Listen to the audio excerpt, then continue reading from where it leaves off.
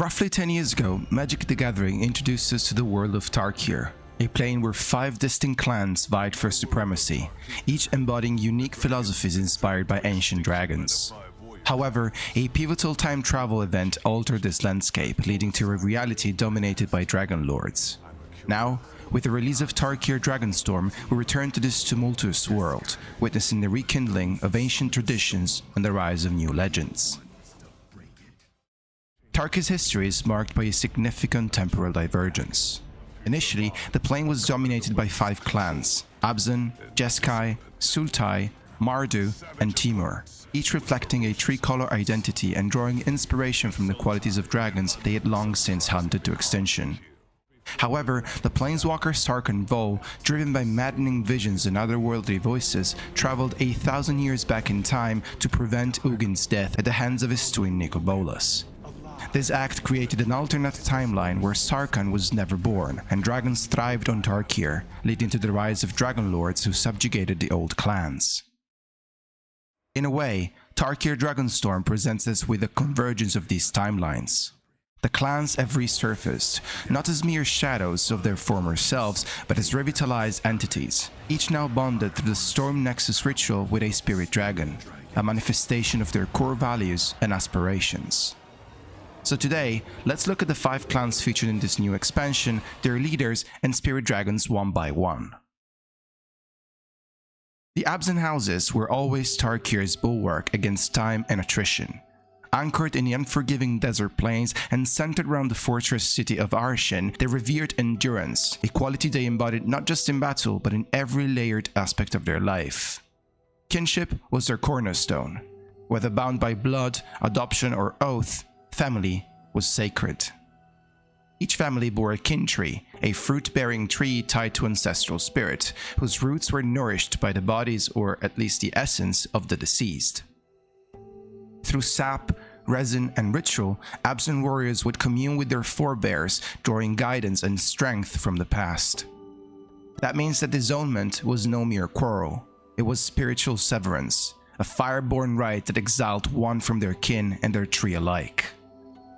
Adoption, especially of orphans from defeated enemies, called the Krumor, was a sacred act of strength and mercy, further reinforcing the belief that family was chosen just as much as it was inherited. With unity also came friction.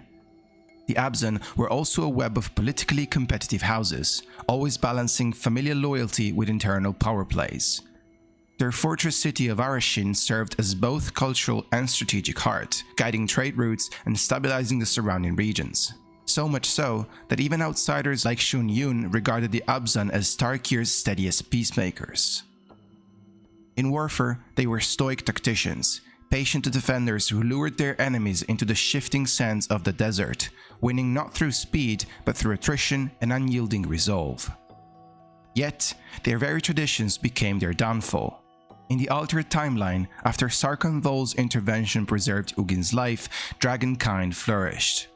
Dragon Lord Dromoka and her brood, armored dragons that radiated beams of sunlight, turned on the Abzan with the methodical fury, regarding their ancestor veneration as necromancy heresy. In response to these purges, Khan Dagatar shattered the Relic of Remembrance and outlawed kin trees' ancestor rights to secure a fragile alliance with Dromoka, effectively abandoning his clan spirituality. True Abzan, led by Rayhan, resisted in secret until an ambush by Silumgar and Ojutai's forces extinguished their last hope. The survivors were absorbed into Dromoka's brood, but ancestors' worship endured in whispers, and resentment simmered. No longer a clan, no longer a Khanet, just remnants living under Dromoka's rigid doctrine. But endurance, true to its name, always finds a way. After the Phyrexian invasion weakened dragon dominance and Ugin's absence deemed Dragonstorms, the Abzan rebelled. Led by Felothar of House Zanhar, descendant of Rayhan, they overthrew Dromoka's reign. Kin trees somewhat bloomed once more in the desert sun, and the Council of Houses now guides the clan, balancing tradition with the scars of subjugation. The current spirit dragon of the Abzan is Betor, kin to all, a radiant embodiment of the endurance that defines their clan. Under Betor's guidance, the Abzan press ever onward, slow, steady, and unbreakable. Perched atop mist-veiled peaks and nestled beside tranquil mountain lakes, the Jeskay Way embodied the essence of cunning, the aspect they revered from the ancient dragons the most. Their triad of colors, blue, red, and white, mirrored their pursuit of knowledge, discipline, and spiritual enlightenment. Each monastery, from the renowned Sage Eye stronghold to secluded hermitages, cultivated unique philosophies and martial disciplines, yet all were united by the teachings of Ugin and the pursuit of the 6 elemental fires: Soul Fire, Blood Fire, Mist Fire, Death Fire, Vital Fire, and the elusive Ghost Fire. While Death Fire and Vital Fire were taboo amongst Jeskai, mastery over the remaining elements was believed to lead to the transcendent Ghost Fire, a state of pure enlightenment. The Jeskai saw themselves as Tarkir's memory keepers, with Kan Shu Yun emphasizing the preservation of knowledge and history. Their warriors, a blend of monks and mystics, favored strategy over brute force, employing flexible weapons like chains and ropes to entangle foes and targeting precise nerve clusters to incapacitate even the mightiest of dragons. Their prowess in battle was not just physical, but deeply rooted in spiritual and intellectual discipline. However, the altered timeline brought devastation upon them. In a desperate bid to unite the clans against the dragons, Shu Yun convened a summit, only to be betrayed by Sultai Khan Tazigor, leading to an ambush by the broods of Silumgar and Ojutai. The aftermath was catastrophic. Shu Yun was slain, the Ghostfire warriors executed, and Jeskai's vast repertoires of knowledge obliterated. The surviving Jeskai were subjugated under Dragon Lord Ojutai, who restructured the clan, positioning himself as a supreme teacher and suppressing their traditional practices. Yet, resilience is woven into Jeskai's fabric. Following the Phyrexian invasion which decimated Dragon's dominance, the Jeskai reclaimed their autonomy. They now endeavor to unify Tarkir not through conquest, but by rekindling the shared wisdom and enlightenment that once bound the clans. Their spirit dragon is Shiko, Paragon of the Way, a serpentine guardian of insight and discipline who embodies the still-burning flame of Jeskai mastery. Under Shiko's watchful eye, and with the leadership of Narset, the Jeskay Way master, the clan has reconnected with its oldest truths and renewed its purpose. Narset, who once turned her back on the constraints of the old timelines, now returns as a unifier of minds and a visionary for the future. Deep within Tarkir's steamy jungles, the Sultai Brood epitomized ruthlessness, the aspect they revered the most from ancient dragons. Their triad of colors, black, green, and blue, mirrored their emblems of death, growth, and cunning. From the opulent halls of Kiru Temple, the Sultai ruled through a blend of necromancy and dark pacts, notably with the demonic Rakshasa, to assert dominance over other clans. Their society was a tapestry of humans, naga, and undead, with power dynamics constantly shifting. In the altered timeline, Khan Tazigor's betrayal led to the clan's downfall. Manipulated by Rakshasa and the Naga, his actions alienated key allies, leaving the Sultai vulnerable. A desperate alliance with Dragon Lord Silumgar ensued, eventually resulting in the clan's subjugation. Humans were elevated to administrative roles, while Naga were marginalized. Their ancestral claims rendered moot, and Sultai's identity as an independent clan was effectively erased. Yet, the Sultai story didn't end there. The Phyrexian invasion weakened dragon dominance, allowing the Sultai to reclaim autonomy. Rejecting past decadence, they embraced a decentralized structure focusing on agriculture, fishing, and trade. Necromancy was transformed into a revered art, with the Zipzig, undead laborers, honored as vital contributors to society. Funerals for those not destined to rise again emphasized strengthening the land over personal glory and wealth, in stark contradiction with the Sultai ways in the old timeline. However, not everyone embraced this new path. From the swamps lying around Kiru Temple, Sidisi, former vizier of Silumgar, allied with Rakshasa to restore the old ways, challenging the reformed Sultai's ideals. Leading the rejuvenated Sultai is Kotis, the Fang Keeper, a former farmer turned Zipzig. Revived through a necromantic ritual, Kotis embodies justice and practicality, guiding the clan with a focus on communal prosperity over personal ambition. Alongside him is the spirit dragon Teval, arbiter of virtue, a manifestation of balance and interconnectedness. Teval acts as a check on leadership, ensuring that the clan's actions align with the greater good of the Sultai, swiftly addressing exploitation and wastefulness.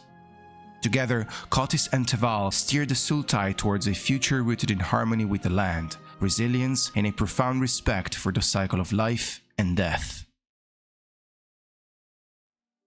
Across Tarkir's wind-scoured badlands, the Mardu Horde surged like a storm, unrelenting, untethered, and swift. They revered speed, the dragon's wings, above all else. Their triad of colors, red, white, and black, mirror their chaotic fervor, communal bonds, and unflinching resolve. From their encampment atop cliffs where an ancient dragon once fell, the Mardu launched raids with a blend of lightning magic and archery, striking before foes could even react. In a land offering little sustenance, they survived through conquest, guided by the Edicts of Ilagra, a warrior's code inscribed on Dragonhide scrolls. To conquer is to eat. To rule is to bleed. Victory or death. Every Mardu aspired to earn a war name, a rite of passage achieved through acts of brutal honor. Those yet to earn one were called soft heels, while the named ones stood as true warriors. In the Altar timeline, Khan Alesha sought unity among the clans, only for dragons to disrupt the summit. Returning to her people, she found Kolagan, the lightning-fast brood leader, surprisingly uninterested in subjugation. Embracing the dragon's challenge, the Mardu cast aside their banners to ride as equals.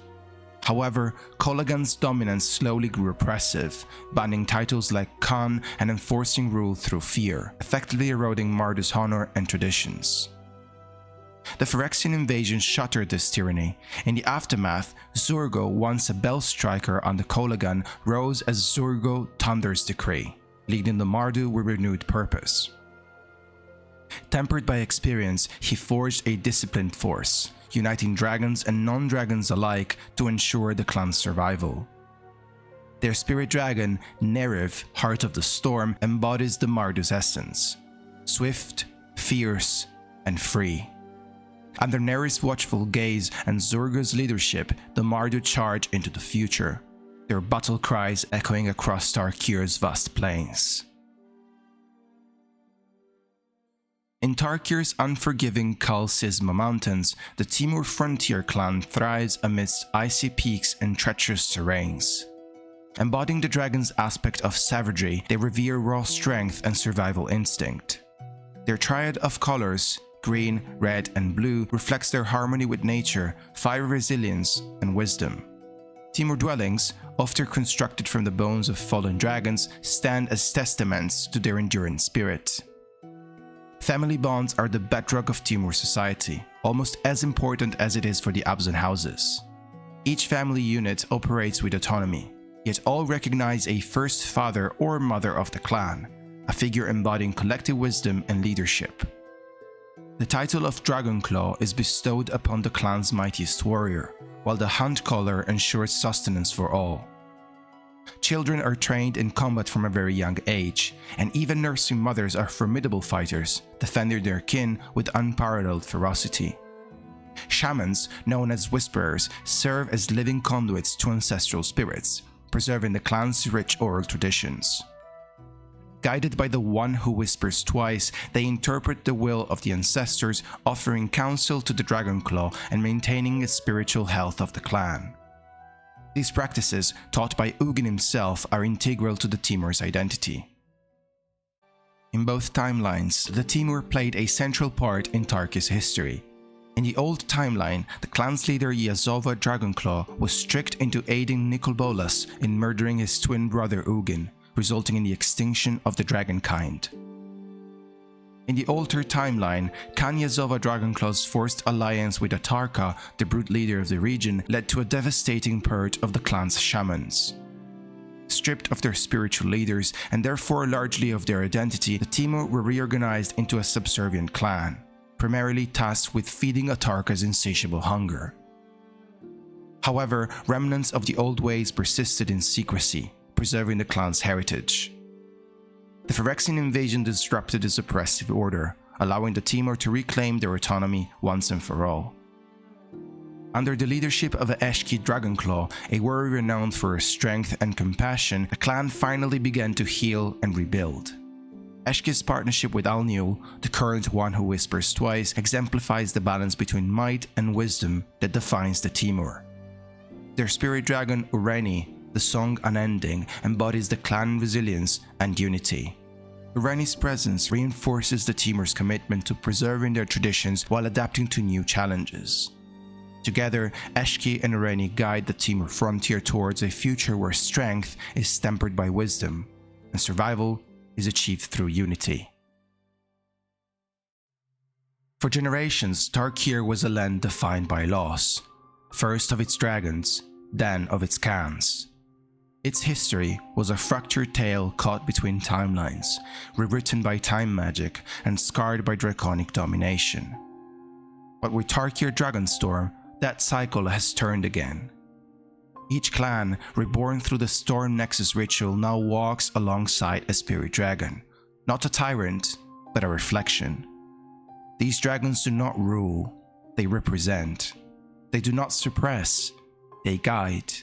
And the clans who once fell now rise again, not as warlords, but as stewards of memory, of meaning, and of change. From the sun-drenched kin trees of the Abzan to the frost-cracked bones of the Temur peaks, from jungle necropolises to wind-swept battlefields, the world of Tarkir is no longer what it was. It's what it's becoming. And this time, its future belongs not to one timeline, but to all who endure, adapt, and rise. Tarkir is ultimately a world in motion. Its clans rekindled, its spirit dragons are reawakened, and its people no longer bound to the fate of dragon lords nor to the weight of their broken past. But if you do want to dive deeper into Tarkir Dragonstorm's storyline, the characters, the ritual, the turning points, be sure to check out my dedicated story breakdown either on screen right now or in the video description down below. Everything you need to know to keep on track with Tarkir's story and unraveling the plane's tangled threads is waiting for you there. And if you enjoyed this video, don't forget to like, subscribe and leave a comment down below with the clan that you feel speaks to you the most. This was all I had for you today, folks. I hope you enjoyed this presentation of the 5 clans. As always, thank you so much for watching, and I will see you in the next one.